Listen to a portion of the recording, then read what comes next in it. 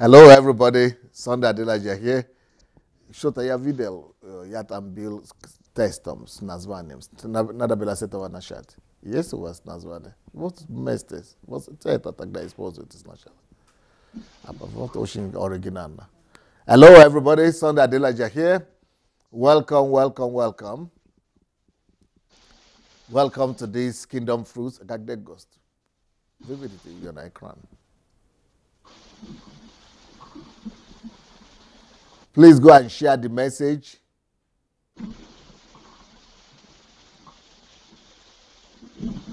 Share.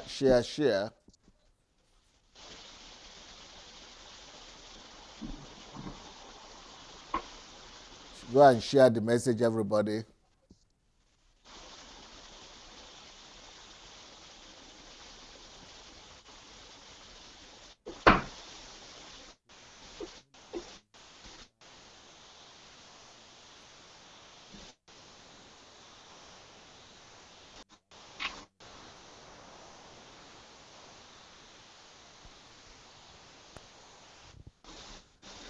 Yeah, so I want to introduce you today to my guest, Mrs. Jackie Oni.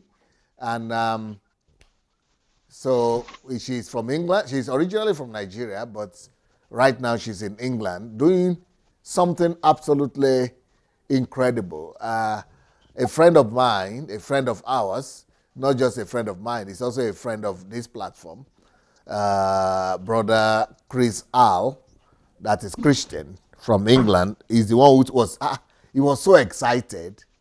I know that Christian is always excited, but mainly excited about the platform and the messages. But this time, I saw him being excited about somebody else outside of the platform for the first time.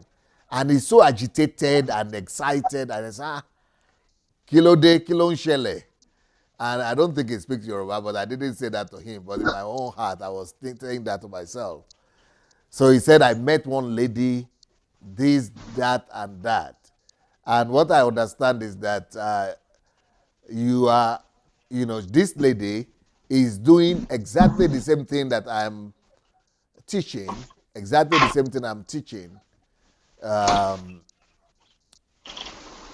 without even knowing me, or at least without even being my disciple. And these are the kind of things that, that has made me very famous here in Ukraine, because we have at least 500 organizations like that are doing similar things like, Mrs. Jackie is doing. And, but, they've been trained by me. They've been mentored. And even people who are doing similar things right now on the platform, most of them started after they met me. So I think that is what got Chris to be very excited that, this lady, she's all by herself, well informed, and she's been led by the Holy Spirit to obey God and to live right, to live the Christian life and doing the right things without even having a mentor like this to help her. And he specifically told me, you've got to bring her to the platform. She deserves it. She must be exposed to the world, and the world must know what she's doing. More people must learn from her. And you know what? I said, I'm obedient, Chris.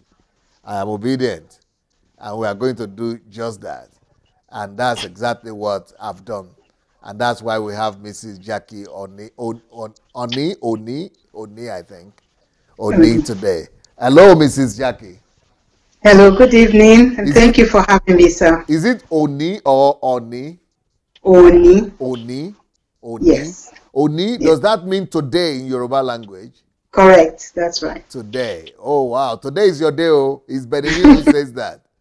We thank God. We thank God. How are you doing, ma? I'm fine, thank you. Thank you. Now, your story reads like a fairy tale. What does it look like growing up a royalty? I was born to late Mr. Justice Shijuade. He was the High Court Judge of Osun State, and his brother was the late Oni of Ife. Yeah, Uh, Shijuade is one of the most popular Yoruba family names because, that's correct. of course, because your uncle was the the Oni of Yoruba land, That's the Oni correct. of Yes, Ife. That is, the immediate Oni before this young man, before the young one they just elected. that's correct. So that's exactly why I'm asking the question. How does it look like? Or you didn't even have a taste of it because you are in England you were born in England. Well, I was born in England, but I was taken straight back home when I was a few months old, and I lived in Nigeria for 15 years. To me, there wasn't anything special as such, other than the day of my wedding, which was a very open 3-day affair. I was given away by the Oni, my uncle, by the late Oni of Ife. Wow. Uh, but yeah, other than that, life was just normal as far as I was concerned. Have you been to Idomila before? I don't know what that is or where that is. Well, that's a good one because you said it doesn't make a difference to you. There is no difference. I wanted to tell you that if you had been to Idomila or you had grown up in Idomila, I guess you might have noticed that difference a little bit. Okay, Idomila is okay, where I am coming from. okay, Idomila is a village in Ijebu area. okay. That is where I grew up. And I think it's a little bit different from the palace of Oni of Ife. That's what I think. Maybe it's just my Yeah, opinion also. right. Hmm. All Hmm. right. But yeah, so you grew up in Nigeria, right? Yes, for about 15 years. Then I came back here to do my A levels. Excellent, excellent. So but when did you become a Christian? How was your Christian journey? Right. So whilst I was in Nigeria, we went to church. We did the usual things. Go to church, come back, do the morning devotion, things like that. But I didn't become a proper born again Christian until about 30 years ago when I was back in Britain. That's when I really started knowing There a is a paper, relationship. I think there is a paper there that is almost blocking you entirely. Yeah, Okay. good now. Okay. Yes. Yeah. So that's when I had a personal relationship with God, and that's when I started hearing from God. So, and that has really changed my life totally. And so, but when you, I don't know the kind of church we are going to, but when you started out, we are going to talk about the school that you started. Hmm. And, but all this project that you are doing, in Yeah. most churches, you have to get the blessing of a pastor before you could do these things. Um, well, that's true. When God told me to build a school for poor children, um, I was already in a Pentecostal church, and I'm still with them now. I'm grateful to God for my spiritual father, Paul Ginodu, and mommy Kate Ginodu. All right. Both of them are very, very embracing of whatever it is that God has laid on your hands to do. And they will Yes. even, continue to help you on, encourage you. So from that perspective, I did not have any issues at all with what God asked me to do. Yeah, I think Paul Gennaro is more like European almost like me because he's grown up in Europe, in England all his life almost, right? That's correct, yes. And so I think he is not a typical Nigerian church in that sense. It would not be the type that will tell you you cannot do it because, you didn't come to get their permission or you didn't, it's not their church project. Yeah. I hear that what people say in Nigeria is that the church has got to either give you a blessing or you've got to do what the church says or something. Yeah, that's not the case with my church. So I thank Yeah, God for and that. that's a blessing. That's a blessing. Tell us your journey. Okay, so 2000, November 2005, I was in church, and God said to me to build a school for poor children, and that the land will be given to me. This was a time when my mother just passed away because she was sick. So I had to bring her back to London, and she passed away here. Was she advanced in age? She was 62 when she passed away. She was quite young, almost the same age as yourself now. Correct. Yeah, I'll be 60 next year. That's Wow. right. Mm-hmm. So the bitterness and anger was directed towards my father. Did you say bitterness and anger? Yes, at the time. For the death of your mom? Yes, for not being there for her. Yeah, and then for more or less playing around. That's the way I saw it then. Yeah. So you know, I decided that I would not talk to him or call him except if it was his birthday or if it was New Year's Day. So in January 2006, I knew that a week had passed on and I hadn't called him to wish him Happy New Year. If I went home, I knew I wouldn't call him. I was working then at Deutsche Bank as an assistant vice president. And so during my lunchtime... Deutsche Bank in England? Yes, in London. It's a German bank, but based in London, yes. Mm-hmm. So I called him during my lunchtime. And sometimes you know how you just want to help God. So I said to my father, do you know anywhere that I can buy land, even though I had no money, nothing? And he said, where do I want to buy the land? I'm sorry, madam. You are jumping, a little bit forward. Okay. Where did the idea even come to you to buy land or to do school before you go into all these details of how you get the land? We must conceive how you got the idea. I mean, the idea first. Okay, so it was in worship. Way before this, I had experienced God speaking to me. Hence the reason why I'm an author of a book called When God Speaks. And I thought it was When God Speaks. Yes, that's one of the 2 books that I've written. Where could one go get the book? They can email me for the book. I used to have it in Amazon, but I've sold out on that. So I'm just at the moment republishing. Are you on Facebook? Yes, I am. So is your name Jackie Oni? Yes. Okay, yes. so somebody can just go and inbox you. Yes. And if they inbox you, they will be able to ask for the book. Yes, a copy of it. What was the name of the second one? The Miracle School. All right, that's now about the school. Yes. Yeah, because I think it's important for people to know that they could conceive an idea as well. So that's why I want you to be detailed, to be a little bit more detailed in your process. Okay. Yes. So I've been hearing from God. There was even a time when it was during my early Christian days when I wanted something from God.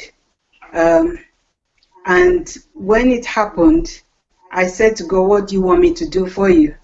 And God said, I want you to write a book about your spiritual experience. I was still an early Christian and I was like, what spiritual experience? So that is how When God Speaks came to be, because I had to obey what God said then. It was years after, about almost 5-6 years after, that I wrote that book, because there were so many things that God was doing in my life and was coming to pass. And I now understand what he meant by saying, write a book about your spiritual experience. So on this November 2005, it was worship. That is, worship brings me close to God. That is how I hear from God. So when I was in worship, I distinctly heard, I want you to build a school for poor children and land will be given to you. Those were the 2 things that I heard. I knew it wasn't me because my children are 5 years apart. My mom had to tell me off to have a second child because I wasn't really into children like that. And my profession is not that of education. So I knew it was not my thinking, and that's how I knew that it was God. And so I held on to that. Now, was your mom a born-again Christian as well? Yes, she was. How is it being born again and being part of the royal family, especially the Ife, the Oyo, the origin of the Yoruba land?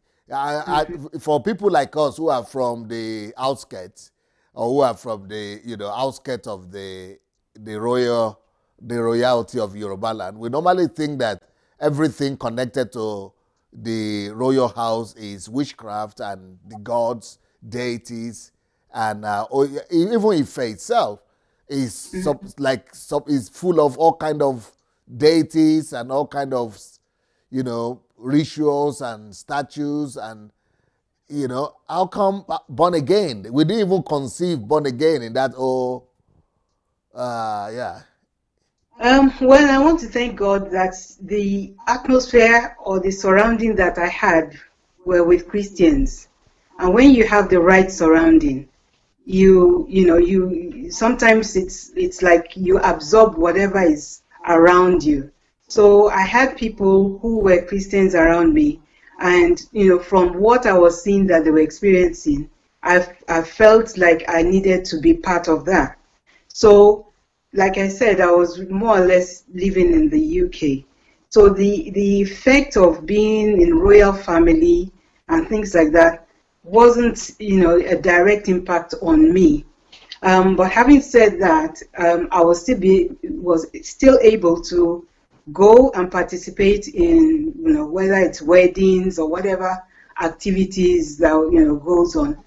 But you still keep yourself as a Christian. There is a way you can do that without, offending or taking part in anything that is not unto God. All right. So you actually got saved after you got to the UK, not before. That's correct. Yes. Okay. So, but when you were in Nigeria, you are just normal. We were just going to church and doing the normal religious stuff. Yes. Okay. So go ahead with your. So you can go ahead with your story, please. Right. So like I said, I was at work and I called my father and I told him I wanted to buy land. This was after God spoke to you. Correct. Yes. Would you like to reveal to us how much time passed before you began to act on it? Within the week. Ooh. That was how strong I knew that it was God. Even though you were not talking to your dad at that point? Yes. I wasn't talking to him, but I had said I would call him for the new year or his birthday. And the new year was into a week in 2006. So I felt that I needed to call him. One, to wish him Happy New Year.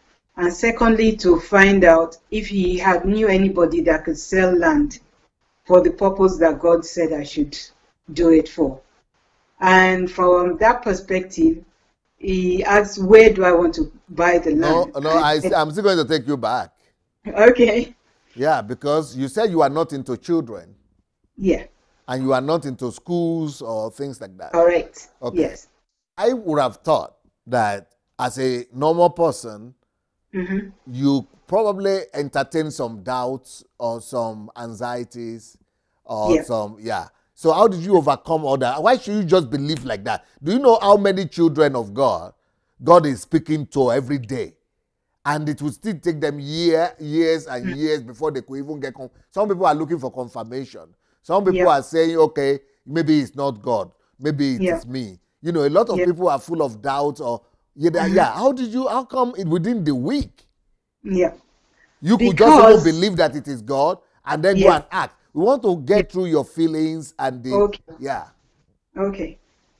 When you get to a point where in the past, like I said, I wrote the book called When God Speaks.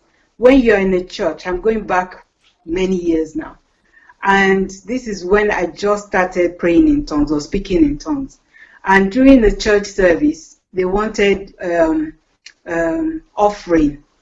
And I heard a voice say, your Raymond Whale wristwatch, which I had just bought for £150, was such a large amount to me then. I was in Lagos. And I looked at both sides to ask who was speaking to me, because at that time I didn't understand that God was speaking to me. So, but I asked the person next to me, what did you say? And the person said they didn't say anything, they were singing. So I just said, no, I'm not giving my I just bought this for Lagos to show off. I'm not giving my wristwatch. And so I put, I think maybe 40 naira or 50 naira in the basket. With church service finished, we went out. I was waiting for the person that brought me to church to finish. It was a worker, to finish what he was doing and then to take me back home. Whilst walking around, I saw something on the floor and I was walking towards it. It was my wristwatch, this same Raymond Well wristwatch. And as I looked to pick it up, the Spirit said to me, if I wanted it at any time, I could have taken it. And so I went straight with it to the offering basket and I just put it down there. So there are so many things like that that God has said to me. So many, my ministry is in giving. It could be my last 500 pounds in the account and God will say, go and give it to XYZ. Someone I don't know. So it's the build-up of all those things that make me know that when God speaks to me, it is God, and I act on it straight away. So it's really experience, not just that I had once and I ran with it. Well, what about skepticism in the area of building a school? How will I get? I mean, what about all those thoughts? Yeah. Because it is one thing for you to know that it is God speaking to you, but it's totally another thing to know what to do next. Yeah. So that is where your faith comes in. For me, I have been to a situation where God has told me to do something and I say, if I die, I die. End of. Because my belief is that you're here to please God. That is the real purpose of coming. Once you know what your purpose is, and you're running with it, it is now your life is in God's hands. He told you to do it. So he cannot put you to shame. If he puts you to shame, he's putting himself to shame. So as long as you know and you know that it is God, then you run with it. Like I said, all I just wanted to do was greet my father, say Happy New Year, ask if I can buy land without even having money to buy. What you said is very correct. Including my father said to me, you want to build a school in Nigeria and live in London. We that were doing things in Nigeria, underneath our noses, they're stealing from us. Then you want to stay in London and you want to build. But I told him this is what God told me to do, you know. And this is when he kept quiet. And I was like, hello, sir. And he said, is it because of you have been doing wahala for the past 2 days? I said, what wahala have you been doing? He said, the land that he had since 1980. He just got laborers to be cleaning it up, removing all the trees, the grass, and he didn't understand why, because he wasn't building, neither was he going to sell the land. He said, what do you want it for? I told him, this is what God said I should do. He said, oh, well, we've done 4 acres of land, it's yours free. And my phone dropped because it was the last place I expected to get free land. The man that I was so bitter about because of my mother, the man that, let us down. But this is how God works, because before he passed away, we became very, very close, because the land where the school is next door to his house. So there is no way I can go to visit the school or even, prepare the land or, visit the site without seeing my father. And that was what brought us back together again. Your father was the chief judge, was a former chief judge. Yes. Of the old state, of Oyo State. Osun State. Osun State. Yes. Now, how does that look like? To be growing up in a house of a judge. The impression that I will have is that you have security sometime or most of the time. Then another impression I have is that you have, it will be very strict. Yeah. And so what does that look like? Okay, it's especially as a firstborn, as his firstborn and being female, he brought me up to the thinking or the saying, what a man can do, a woman can do better. Yes. So he wasn't lenient with me in terms of being female at all. To a point where even sometimes my husband thinks I'm a man in a woman's body or something like that. and the other thing that I have to thank God for him, the way he brought us up, is that he brought us up to add to life, to add, to make, to have achievements. His wordings were always, the sky is the limit. So we didn't just wallow in his security, shadows. Yeah. his own, what he's achieved. It's always like, what have you done to add to the Shidradene? What have you done to get to where you think you should be now, enjoying somebody else's, achievement? So I've never seen myself like maybe a spoiled brat, or, other than the fact that, okay, he sent me abroad to school. But it's always, what's your own achievement? Beautiful. Yeah. So it was very demanding that you don't look up to your parents to provide everything for you, but you have to do it yourself. You're correct, yes. So talking about your husband, who said you are almost like a man in a woman's skirt. So what was that like? Did they notice that immediately, that you are an achiever? Well, what I would say is that he's someone who has helped me to achieve what God wants me to do. Yes. If I had another husband who would have taken it a negative way, then maybe would be saying something else. So God knows what he's doing, what he intended for me from the day one. From that perspective, without his blessing, without the way he is, there is no way I could have achieved, or except, of course, God did it that way, so that things can be this way. We are still going to go back to the school, but Okay. I'm mixing things up so that people will be engaged from different angles. Okay. Okay. Now Okay. I know you have 2 girls. Yes. And that's all. Yes. Well, there is some part of Nigeria where that will be a problem. Okay. Yes, because in what way? In what way? Number one, your husband, in some cultures, no, I know Yoruba, my brother also has 2 daughters, and that's all.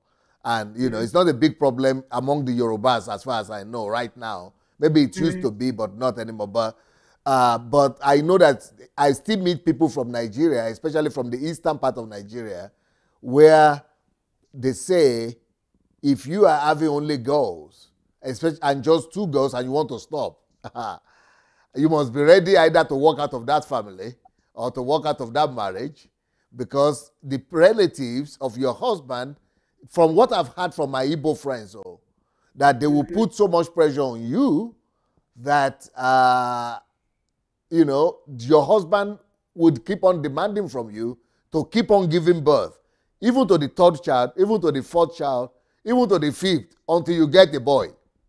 Okay. So, how did you people manage that? When you're in Europe, I think the thinking is a bit different. No, I'm talking about my Igbo friends in Europe. Yeah, oh, really? Yeah, I'm sure Shinwe is watching right now. Shinwe would have stopped like you too, but she kept on looking because of all the pressure on her until she got a boy. Okay. Well, again, in London, she's right there with you in London. Okay, again, like I said, God knows the path each person is to take. There are certain people that love children, loads of children, and there are other people. I think mine was career-based. I was more into working, and from that perspective, I've just been blessed with the right man to accept or to agree that this is the way forward. And to me, quality is very important. It's better to have 2 or 3 children and really give them the quality of life, the good quality of life, than to have so many. But to each person their own. Some people just love children, so I can't fault them for that. Well, I tell you what, that's exactly what I'm saying, that my friend, for example, Chinwe, she likes to work too. She would have liked to pursue as profession and a dream, but I'm talking about the influence from the husband. So how was your husband taking that you're only going to have girls? Well, we didn't plan to have girls. God gave us girls. So, and I just thank God that he's not one of those that say I have to have a boy, and I'm not somebody that wants it has to be a boy or a girl. I prefer girls because I like dressing up girls. Boys are boring, well, when they're young, even when they're old, because it's just trouser and shirts. Yes. So, so from that perspective, everything was okay. Well, I think to be sincere with my friend, I think the husband also wouldn't have put much pressure, but it is the family. So you don't have that family factor that your father or his father will be saying, have more children, all those kind of things? No.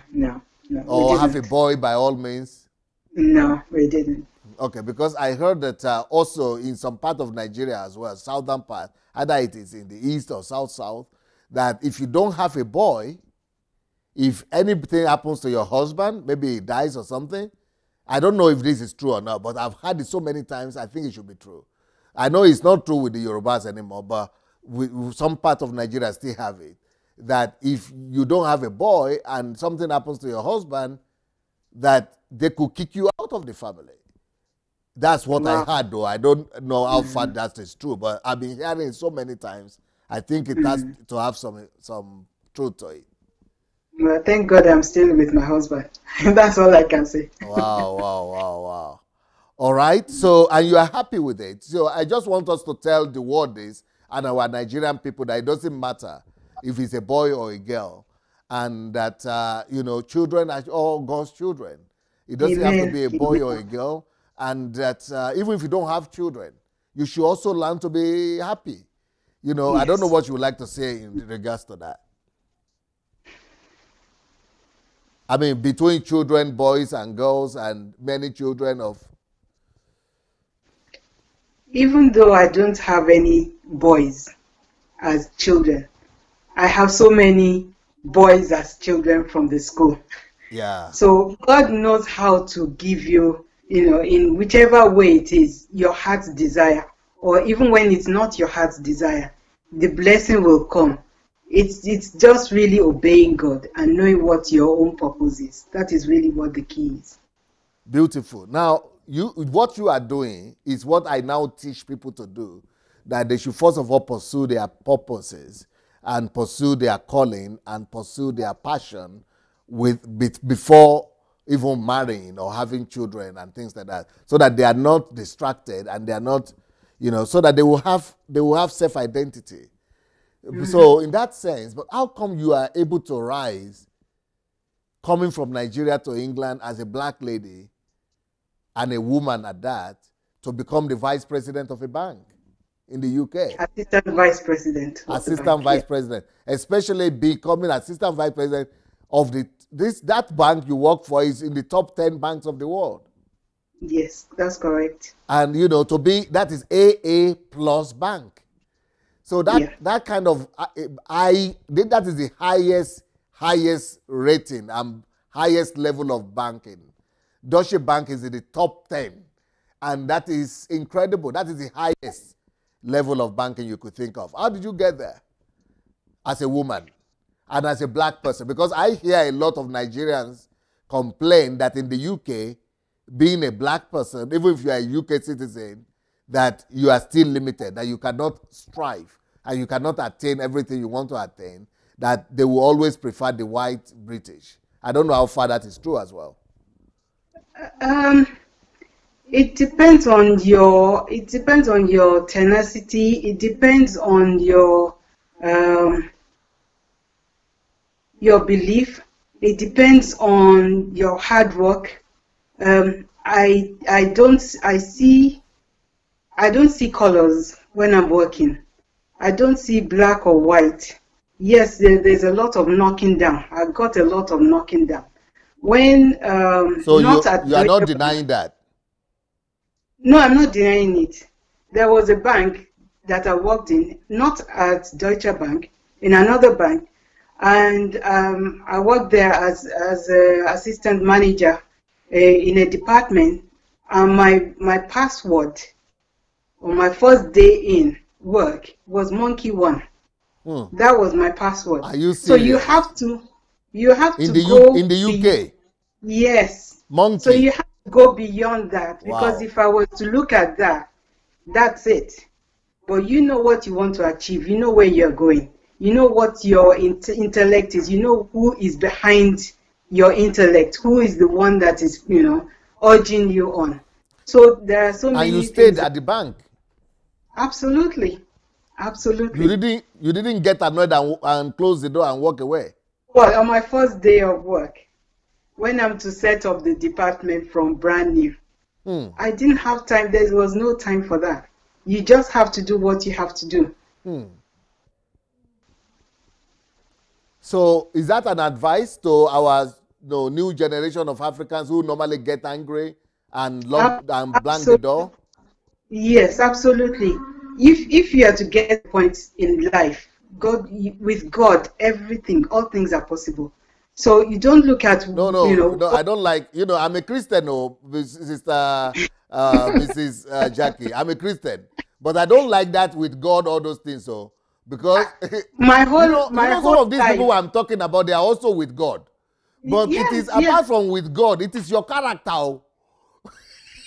But but who are you getting the character from? Who are you leaning on for Okay, that why is it that character? other Christians who also are leaning on God get angry and walk away? Of course, I get angry. I'm a human being, but I won't walk away because of that. Because you have a goal that you are getting to. You have somewhere you're going, So, so it depends on your level of what you can take and what you cannot take, and what you're aiming for. So that's why I'm saying that, it's a character for each person. Like I said, remember, the way I was raised up is what a woman can do, a woman can do, a woman can do better. So from that perspective, you go beyond. You see your male white companion or colleagues as on par with you. You don't see I'm a female person. You don't see I'm a black person. That's how you get on, and you must know what you're about. No, Because if you don't know, Mi- then Mrs. Jackie, I'm going to tell you something. For example, I don't know if this happened to your Okay. other siblings, Hmm. right? To Yeah. your other brothers, your men, Yeah. especially to the men. Yeah. Yeah. But I've seen this happen over and over again, especially with us men. Yeah. Okay. Let's say I grew up in the family of Oni of Ife, Hmm. like you, that's your family. And Yeah. then my father is a chief judge of a state. Yeah. And I come to UK because I came to work. I was given an employment and somebody called me monkey. I will immediately, not just me, a lot of men will do this. A lot of men will immediately remember, who are you to call me monkey? You are coming from some village in Scotland or in Ireland, but I am coming from the royal family. My father is a chief judge, and you are calling me a monkey here? That is the attitude that I've seen over and over again, even here in Russia, where, people call you those names. People get to fighting. I mean, a lot of African people, like, Christian or no Christian, they get annoyed. That's what I'm saying. But I'm not even talking about people from Oni of Ife's family. I'm not even Hmm. talking about people from Chief Judge. These are just normal people, regular Nigerians, and they still Hmm. get offended. I don't know if Yeah. you're getting where I'm coming from. I totally get it. But we're digressing from the school project. We are going to go Um, back. okay. I did my first degree in the States, in New York. And when I was doing my first degree, I was asked constantly if I was feeling comfortable wearing shoes. Because the mentality there is the Tarzan mentality, where black people hang from tree to tree and Yes. things like that. So it's not, you get it from everywhere. It's how you handle it that makes you go through all of that and succeed or not. Beautiful. But did you have any cases like that with your family members or with other people you know who are offended by those kind of things? Not at all. Because you have to be super focused on where you are going and just hang on to God. Those are the two things. Beautiful.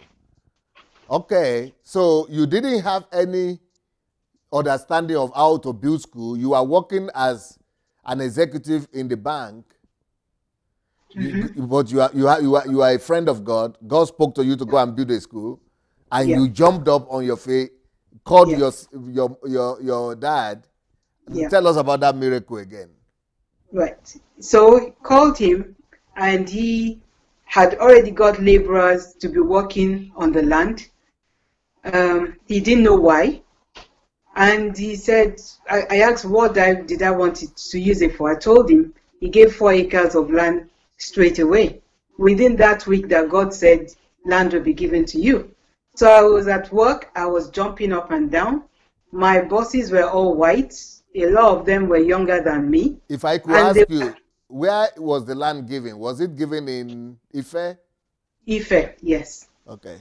Yes, the place where I said I did not want, so that you know that it is God, right?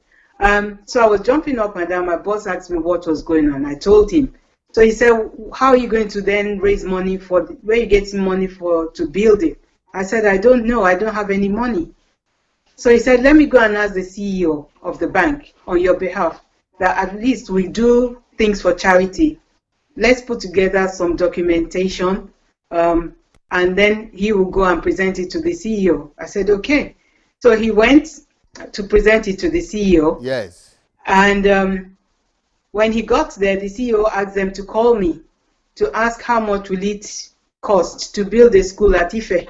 I said I didn't know because I'd never done one before. And he said that they should continue to raise funds at Deutsche Bank until the school was built.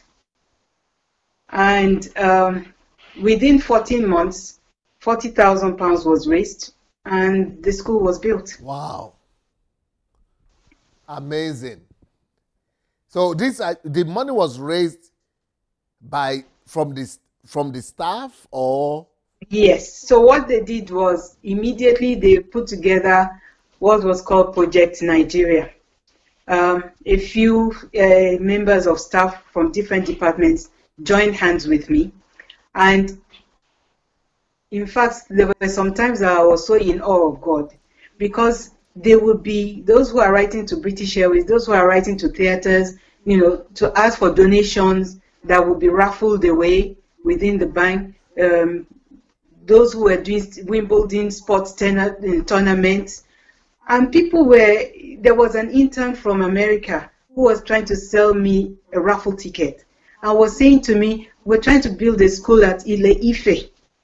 And I was just smiling because she didn't even know that it was a project for me that she was trying to sell me a raffle ticket for.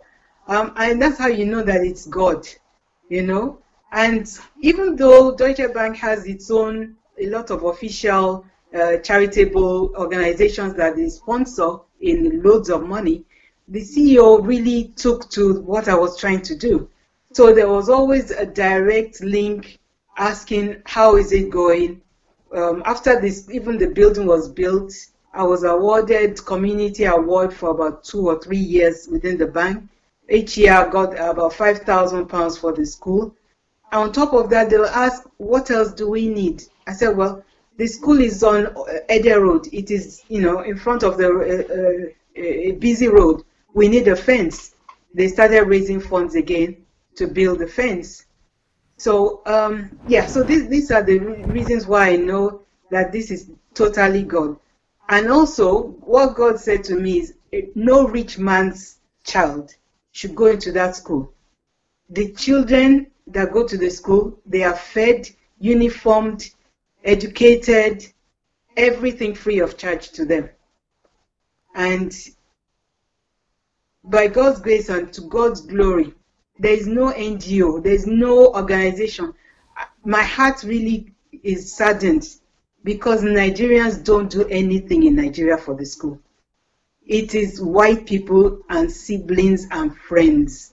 There is no company, there's no organization. In fact, a lot of people think it cannot be right. She cannot be, it's not Nigerian, it's not African to help a poor person. What is she after? What is she getting out of it? That is what saddens my own heart. what you are saying is so heartbreaking.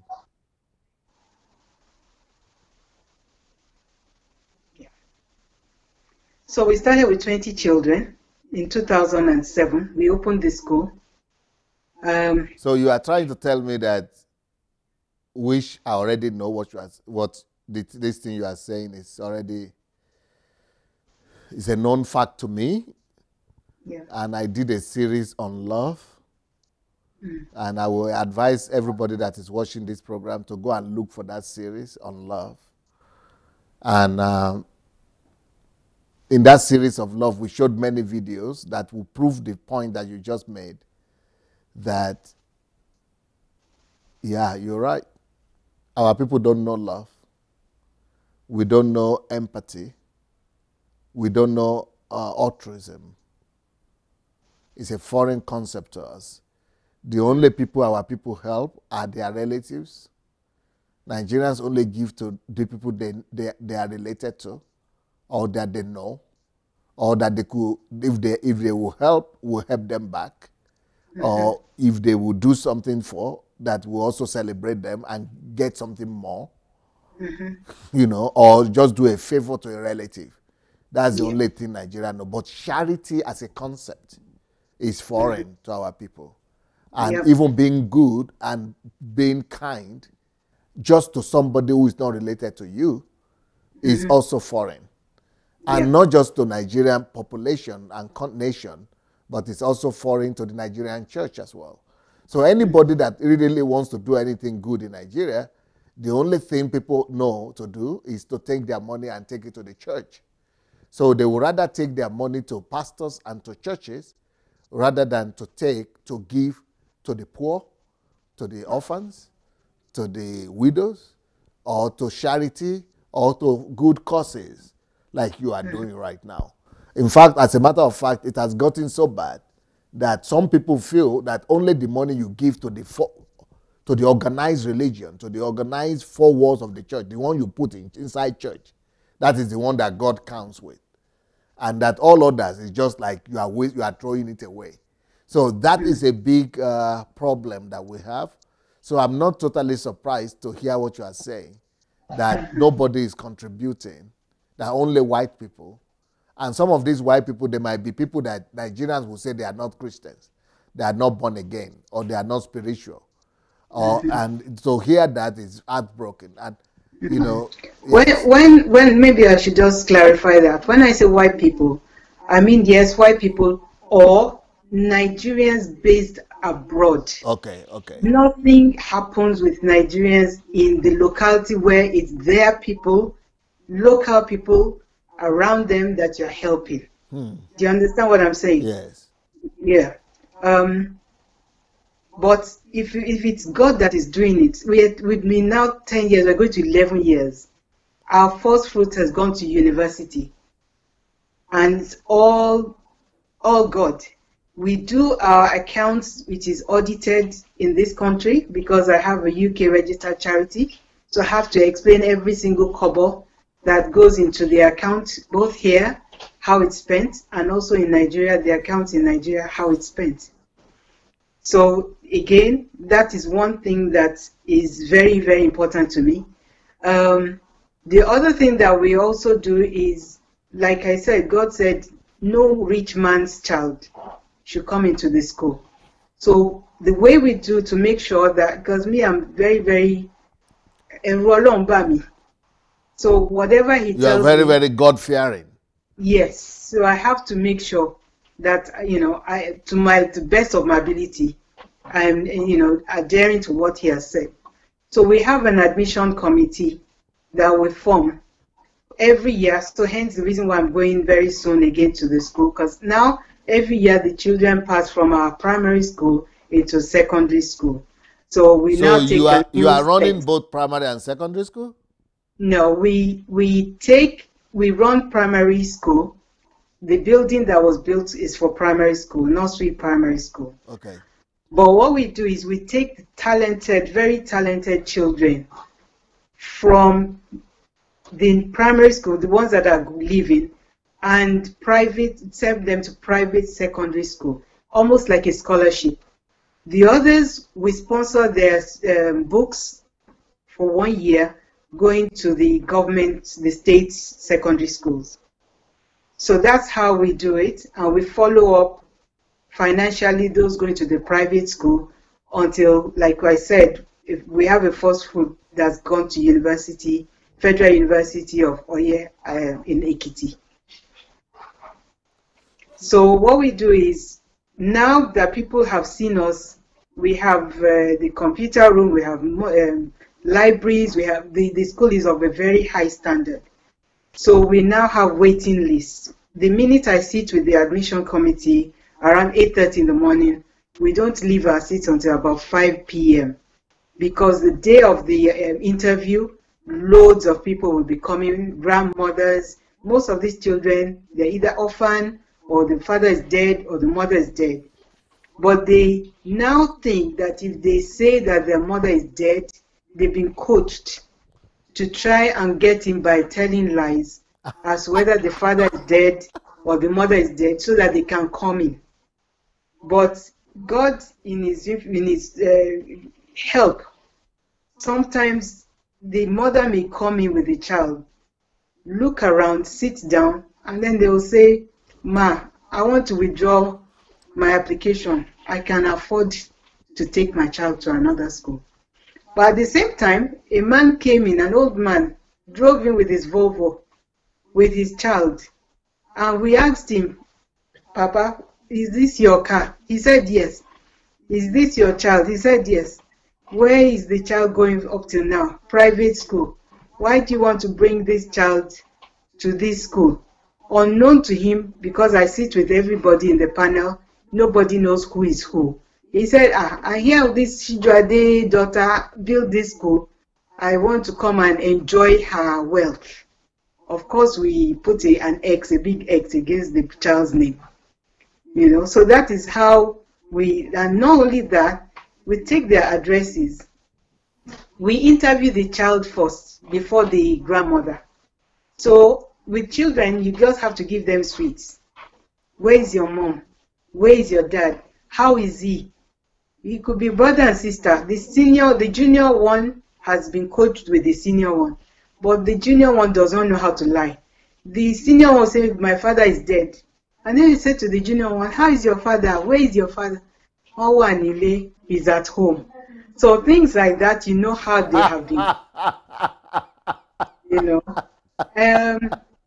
And then apart from that, we take the addresses. Value So system a few days after, we go unannounced to the houses to see that, yes, they are really from a poor environment, to see that, yes, the child is actually living where he says he's living. And that's how we take 20 children every year. Okay. Now, I have a lot of questions for you right now. Okay. The total amount you said that was raised by your workplace was £40,000. Yeah, correct. £40,000, as far as I'm concerned, is not enough to build. Yeah, it was. Okay, And I tell you us what. About that. Yes. So again, as a banker, as an accountant, as a God-fearing person, I owed it to the staff of Deutsche Bank to be accountable to them for every single penny. I'm sorry, because I would tell you that you are talking of building a school, nursery and primary. And yes. I have had a situation whereby $100,000 was not enough to buy a house. Okay, can I tell you how God did that? So this is where I say I thank God for my spiritual father and mother. I went to my spiritual mother, Mommy Kate Jinadu, and I said, "This is what God told me to do." She has been running a similar charity called Liberty. So she has people on the ground that she knows. Immediately on the ground in Nigeria? In Nigeria. She emailed people and she said, "This is what God has told Jackie to do. Can people help her out? Show her the way, whoever is available." A man, a very God-fearing man, Reverend Aladekomo, at that time he was 70 or just over 70 years of age, at Ibadan. He was the project manager of this thing. He put his hand up to do it. He runs a massive church in Ibadan. Okay. He put his hand up to project manage the school at Ife.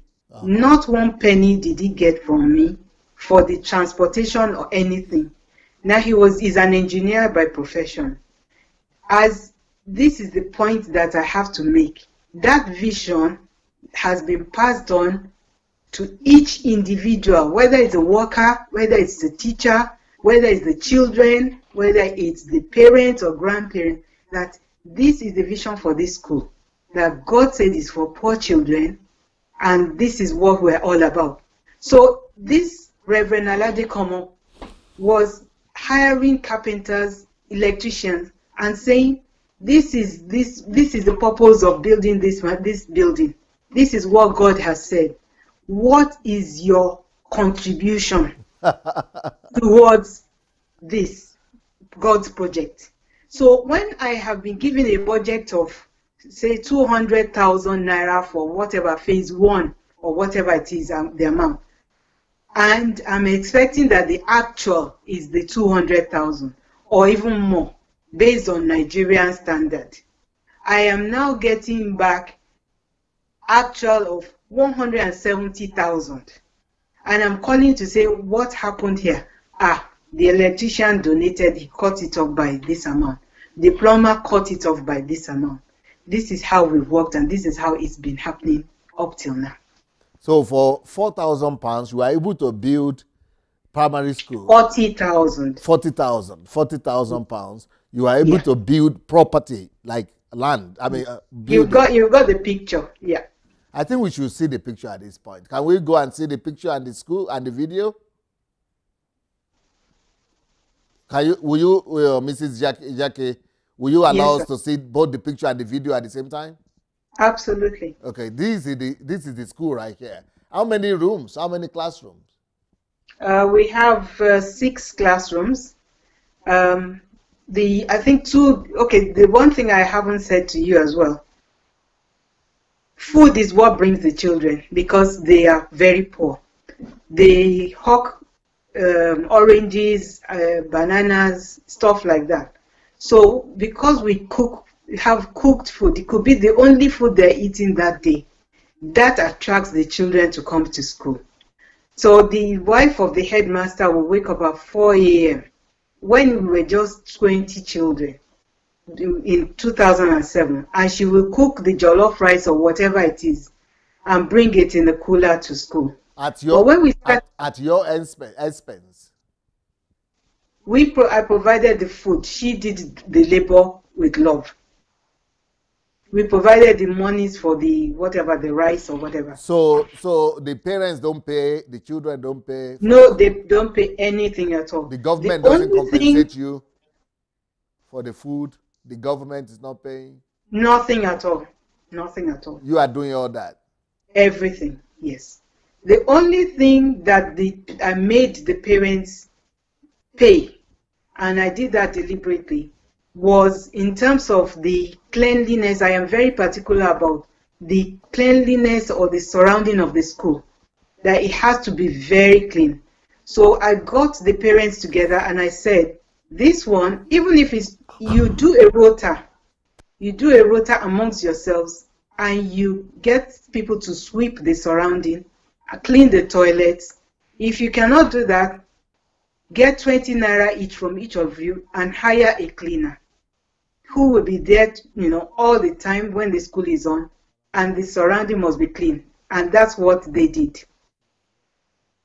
So that is the only thing that they pay for amongst themselves, the payment of the cleaner who looks after the school.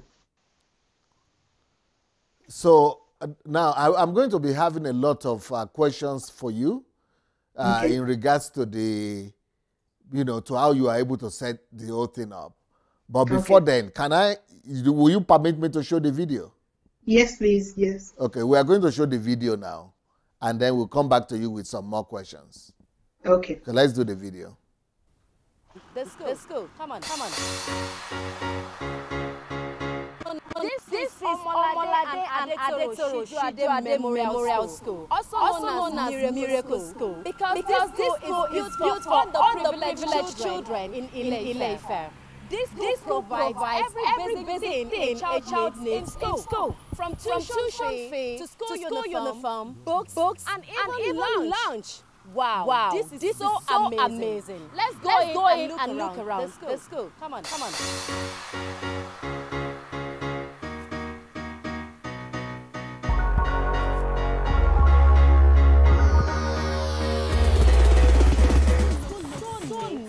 And conducive. Let's go speak with the headmaster.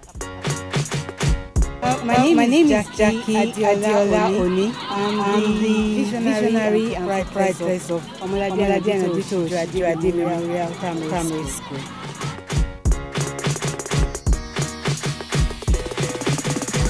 The Lord said to me that I should build a school for poor children. It was a time where I didn't have any money, no land, nothing. But I believed that was what God wanted me to do. So I started trying to help God by looking for land to buy, even though I didn't have money. Ended up speaking to my father, who is late now, and he said, "Is this why I have been doing all this wahala for the past 2 days?" And I said, "What wahala have you been?" He said, "I have land that I've had for 1980, and I don't know why, but I've just got laid there, looking to clear the land. He is not looking to build, he's not looking to sell." So he said, what do you want to use it for? I said, this is what God told me to do. And he said, okay, we've done 4 acres of land, it's yours free. What the charity is all about here, we run this charity free in all expenses for each pupil in this school, and we have about 100 of them here that are beneficiaries of this charity. We give them free uniform. We have two sets of uniform for them. One the regular one, and on Fridays they come with sportswear. So each of them appear in sport, dresses every Friday. Then we have 1 meal per day, each of them. Then of course the school bus is there. Is us will convey the pupils from their hand to school and back home.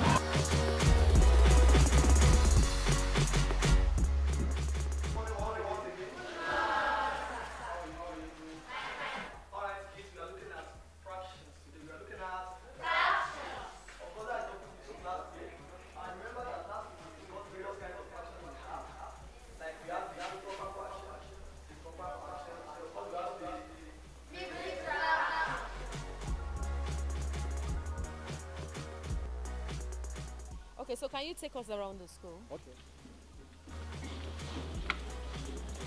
Okay. So here is the office. Okay. You can see at the back there are a lot of painting and other things are ongoing. Okay. That's why we have too many items here in the office. So this is the school office. So here we have 2 sections there. Okay. One for the library. Okay. The pupils they come after break time. Okay.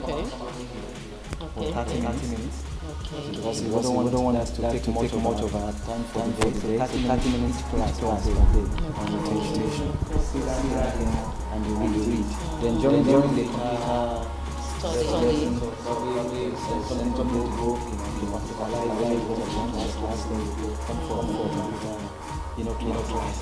Then we have some storyboards from half of the yellow song. The book. For the children to read. Then we have let the sad be broken. This, you can recollect I said the other time that there's even a grand mansion. Yeah, there's Okay. I said the other time the pupils, have the privilege of taking 1 meal per day. So that's during the break time. So this is where we do the cooking for Wow, interesting.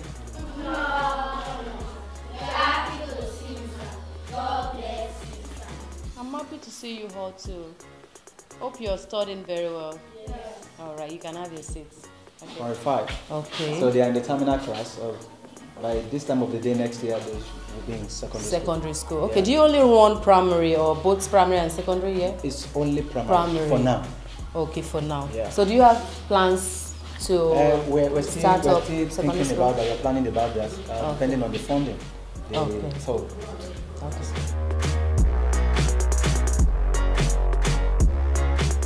We get fundings through friends, family, all my siblings from day one. Thank God for their lives. They have either sponsored a child or 2 children. It's £17.50 per month per child, or 5,000 naira per month per child.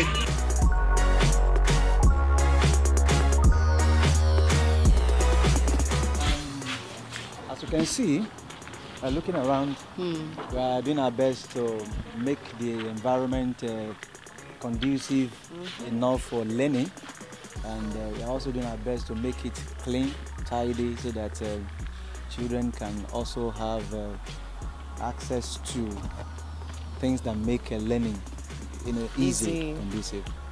So.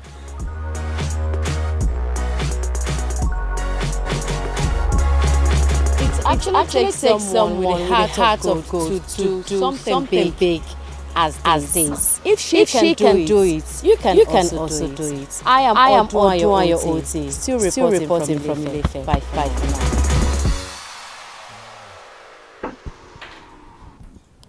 Wow. Beautiful.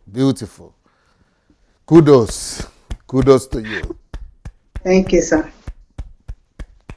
So it could be said that this is just an act of faith. Correct. Is that why you call it Miracle School? Yes. Is that the name of the school, Miracle School? No, it's Omolade and Adetoro Shijade Memorial School. So it's named after my late mom and my late brother. My brother passed on about 3 months after my mom passed on. Wow. Yeah.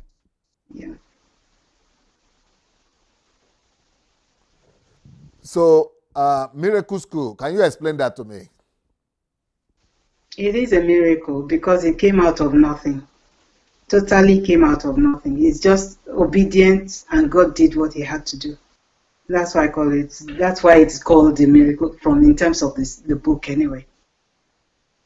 The lady that was there, Katie Yes. Adelaja Oni. That's me. Could that be you? Yes. What happened to your ear?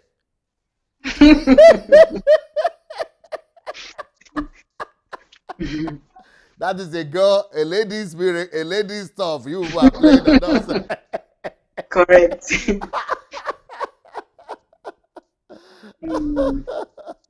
Yeah, I laugh with my wife all the time. Also, she will go into the room as one person and come out of that same room another person without going out of the house. Somebody might be. It's like one of the girls I have here, Bayowa. She gets into one program yesterday, does a program with short low cut. The next day she comes out with hair reaching her shoulders. All right. Now, let me go back to the school. Yeah.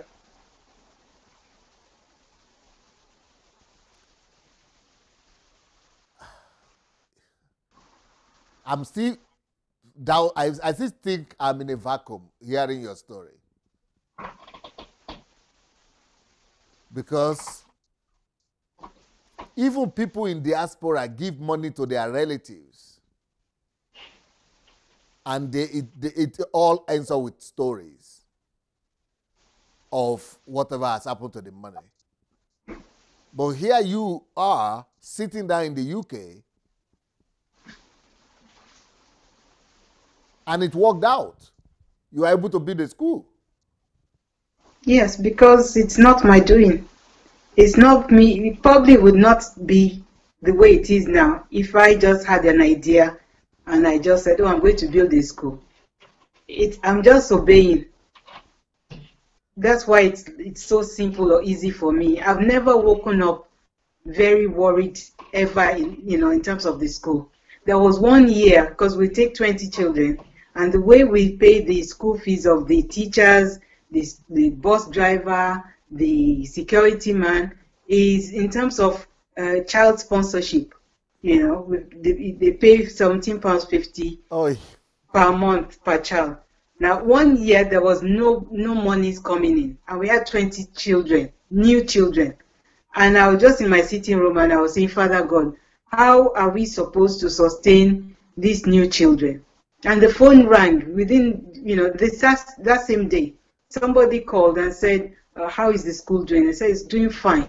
And he said, how many children have you got? New ones. I said, 20. We just started with 20 new ones. And he decided to sponsor the 20 children for 5 years. And he did that. And the children have all finished in the school now. So, it's dependency on God. I've left Deutsche Bank since 2013. The day I left was the day that the CEO retired and left as well. But God is still paying the school fees. God is still sustaining the school. So that really is what it's about. You make everything look so easy, and your faith, Christian faith, doesn't make things easier even. It makes it more That's all I can explain. There's nothing else I can use to explain it. Okay, I'm going to tell you what then. You are telling me right now, because I said, how could you sit in England and make this thing work out, and it's working out? Yeah. Which means you have to, it worked out administratively, it worked out financially, it worked out with your outsourcing. Yeah. It worked out even with the students and everything. And the thing is running for over 10 years. Yeah. Of course, God's grace is there. Of course, Amen. God's blessing is on it.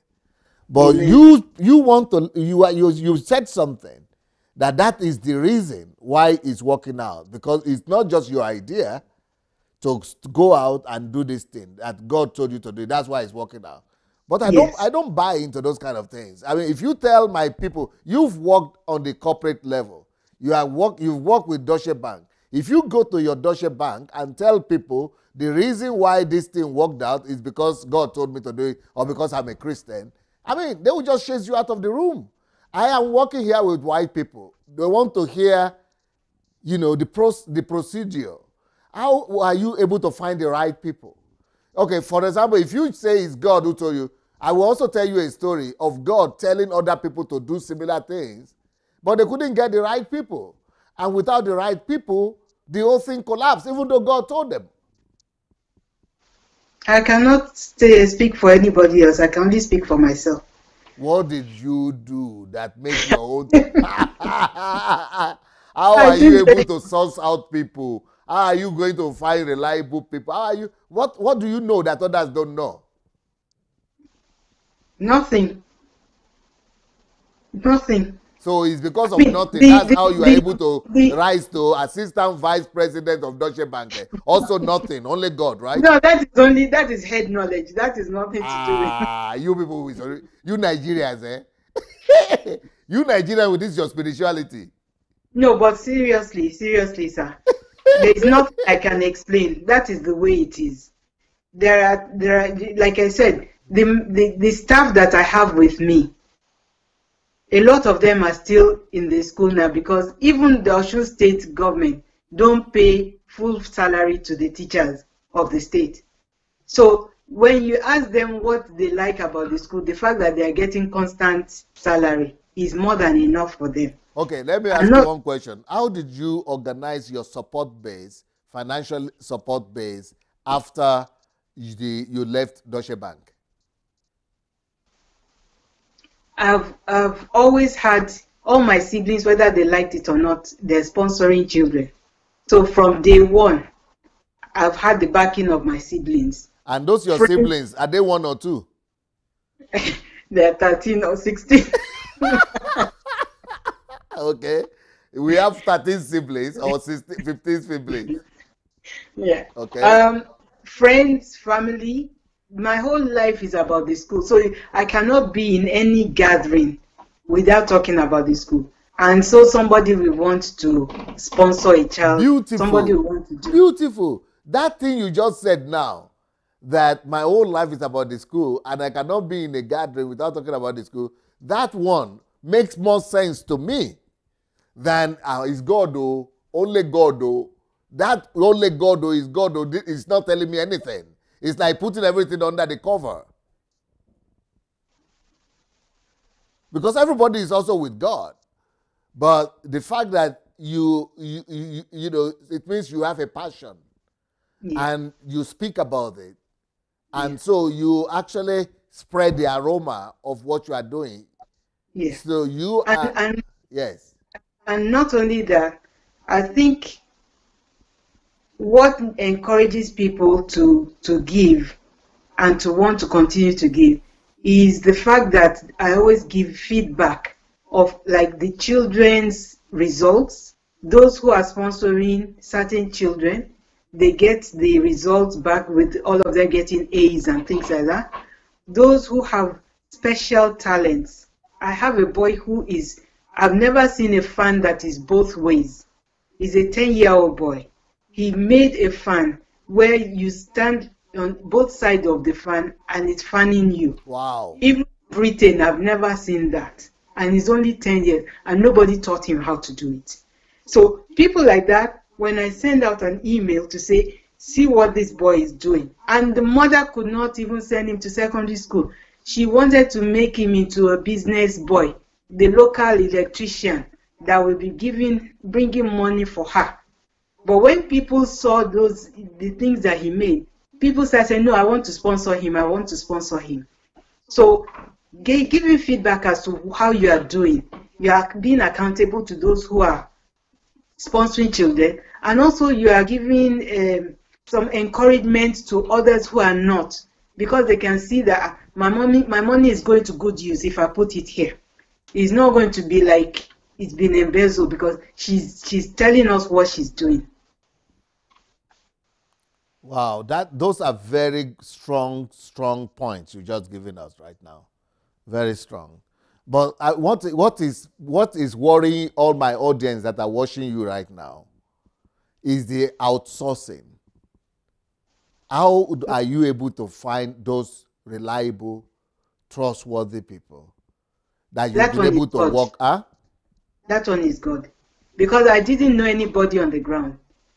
Like I said, the headmaster has been with the school from day one. He was the one that was standing at the site to receive the bricks and the planks for the building of the school. That's where he began. And he told me God said he should come and work there. So again, it's all faith. You have to trust God. If he told you to do this thing, you have to trust him. Okay, Mrs. Jackie, you want to tell me you've never been deceived in Nigeria? So many times. So many times. But not on this school. You know how many people told me that I should not even bother about building the school? You know how many people told me I give you 1 year? People close to me face to face. I give you 1 year. In Nigeria, sustenance, maintenance is what kills things. I give you 1 year to no longer be. You know how many people have told me that I'm not jealous because you are Shijuade or you have money, but that God will tell you to build a school and it's happened. But does that faze me? No, because I'm focused on God and what he's doing. Even my own father said that 419, that they do 419, how can you sit in London? That's how I know it is God.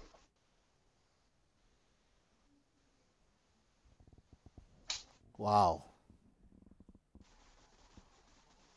So faith is important. Very important. Very important. How big is your shoulder? How big are your shoulders? You can see. Maybe it's your faith that is big.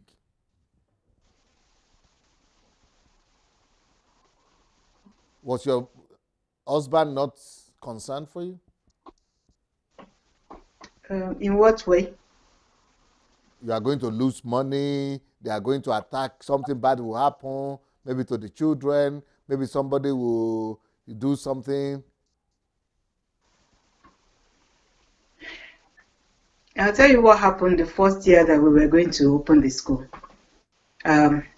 Myself and my daughter, who is a worship leader, we went, took the flight, Air Afrique, never again in my life. We took our suitcases, went, it was a Christmas time. Air Afrique, from what country?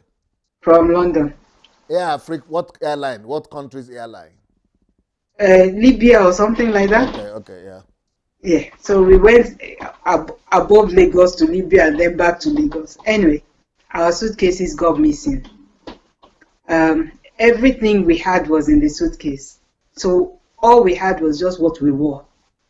And there was no way we could get our suitcases back. And we had 3 days before the actual event. My father being Shijuade, had put it on the radio station that a school is going to be opened by his daughter, blah, blah, blah. Even though I was telling him this is a Christian and this is not a party. So I was trying to, deal with that end. We had no clothes. I did not know about it was during, was it Ileya or something like that? I did not know the banks closed at a specific day. So one day, I think it was a Thursday or something, the decorator, the person who was going to hire PA system, blah, blah, blah, wanted to get their deposits to go and do it. I said, okay, meet me at the bank. Sorry, ma, they have closed until after the day of the event.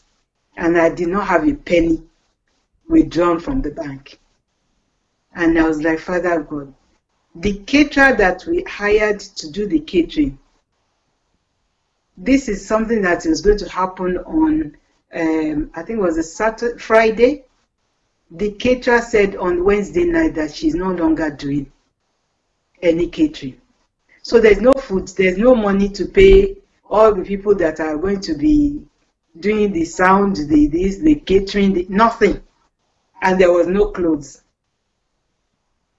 And I just went into the bedroom with my daughter and we started praising God.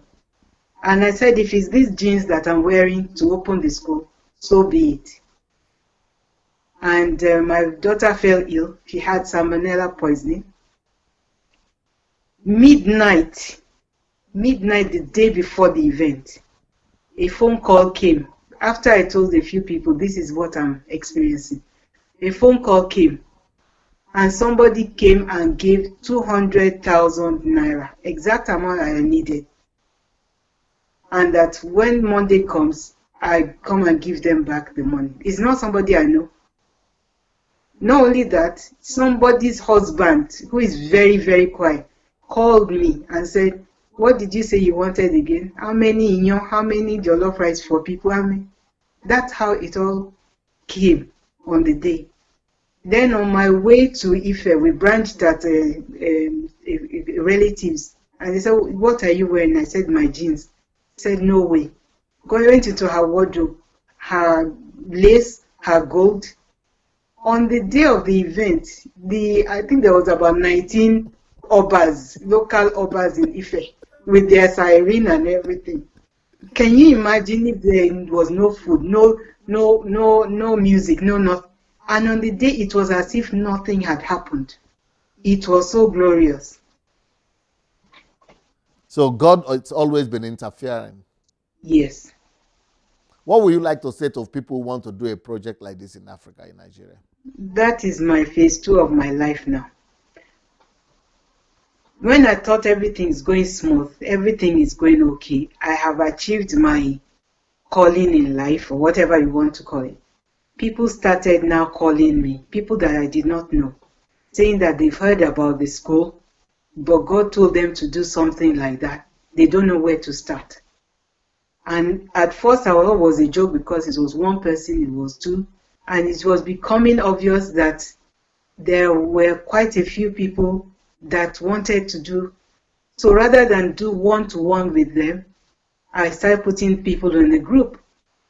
One is originally from Barbados, one is originally from Uganda, and before I know it, they all say they're coming with me to Ife next month because they want to come and see for themselves that this school actually, they will just want to be part of it.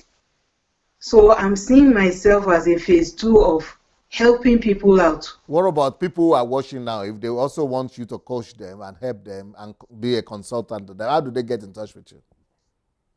We've got a website, which is www.godschildrenempowered.org. If anybody wants to donate, God's Children Empowered. Empowered. Okay. .org. .org. That website can also allow you to donate online if you want to donate. Yes. You can also use that to email me.